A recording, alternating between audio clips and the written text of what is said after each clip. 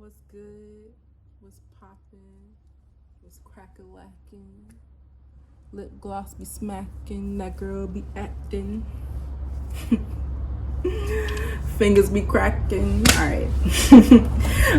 What is this video?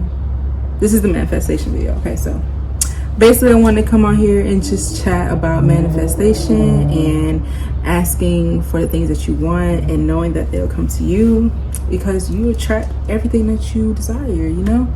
At least that's what I'm coming into right now in this stage of my life, especially in the work or professional setting, being able to vocalize things that I want, things that I need, things that I require if we're gonna work, and you know, just realizing what those things are for me and not being afraid to ask for help.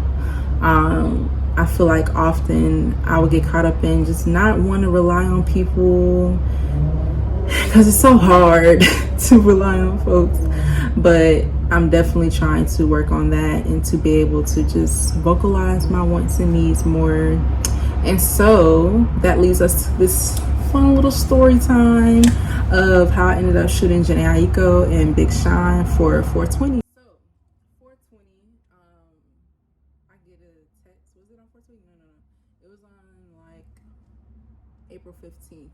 I get a text from this producer. He's like, hey, you want to PA this music video, yada yada yada. And my friend has worked with them, so I was like, okay, cool.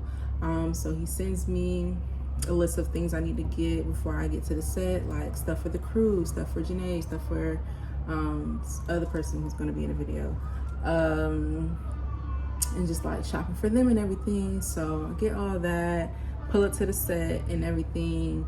And as you all know, if you don't know, I am a photographer as well. My website is southernfriedminimalism.com. But yeah, so I'm also a photographer and I really want to get into stills. So stills is basically photography on set, and doing it for film requires you to like be in a union and stuff like that. And that's why I was finding out.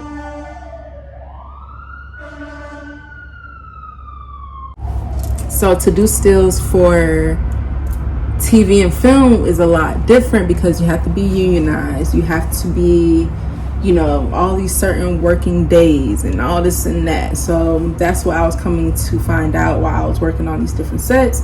But I was wondering, was it the same for music videos? And so I had never worked a music video before.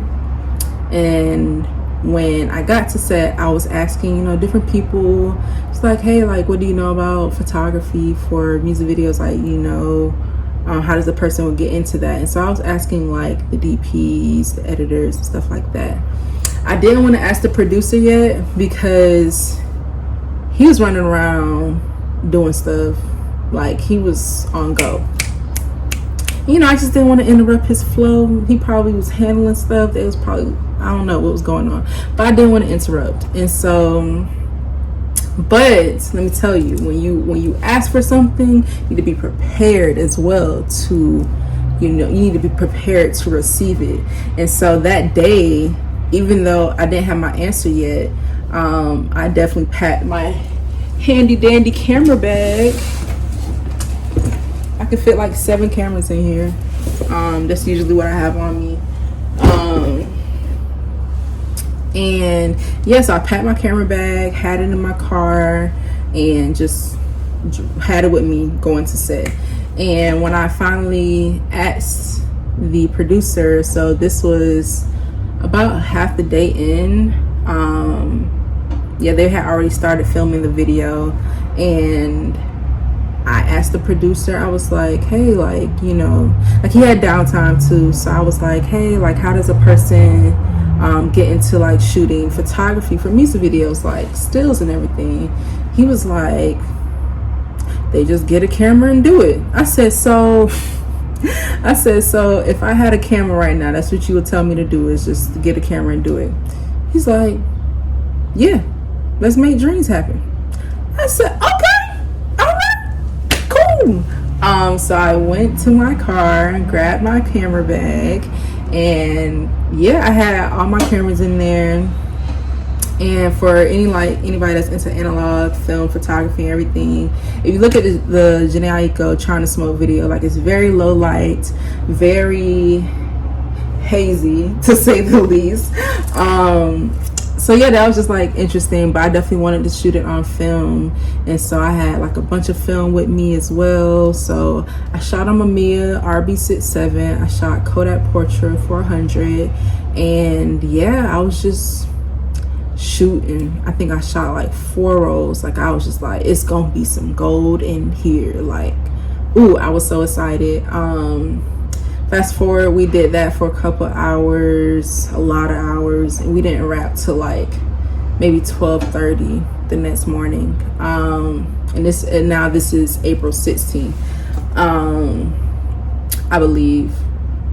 So yeah, the next day I was just mad tired. The only thing I did that day was drop my film off to the lab. I didn't do nothing else because I was just super duper tired. And when the pictures came back from the lab, okay, I shot 4 rolls. Each roll is 10 photos. I got 40 photos back, y'all. When I tell you, a good 37 of them blurry, can't see nothing, hazy, just like look like somebody shook up a can of soda and said, here are your photos. Like, that's what 37 of them photos look like. And shooting film is not cheap. Like, you gotta buy the film and pay to get it developed. I don't have my chemicals here yet, so I can't develop on my own. So I was paying to get these photos developed, and yeah, a good 37 of them. I was distraught. I was like, yo, this is my first time shooting somebody of this status, and they blurry, yada. But a good 3 of them. That 37, we ain't gonna talk about that no more. But them three I had, fire. I edited them. I was like, okay, I like this. This tells a story. This is a vibe. This is different. I loved it. And those were the 3 photos that I posted. And it's so funny because I was really just hurt. Like, I was like, man, like, I wish these photos came out better. But those 3, you only need, it really only take 1. It's the money shot. But I had like 3 money shots, and I had sent it to people. They loved it and everything. So I was like, okay, cool. I mean, not that I was seeking validation for them, but I'm like, okay, like, girl, I think I was more hurt that I spent a lot of money rather than the photos themselves, because yeah, it was just the money. But yeah, so shot them, and I was just waiting. Like, on the day of 420, I was also assisting another photographer, and I was waiting for Jhene to post so that I could post the photos. And yeah, I think she ended up posting like around 3-4 o'clock. And yeah, so then she posted my photo. I was like, oh snap, and she tagged me. I was like, yeah. So I say all that to say, nothing is impossible, and the worst that somebody could say to you is no, or they just won't be no help at all, but they just might say yes. And thank you so much for David W, for allowing me to photograph on that set. Thank you, Jhene. Thank you, Big Sean. Thank you, the whole crew that were there.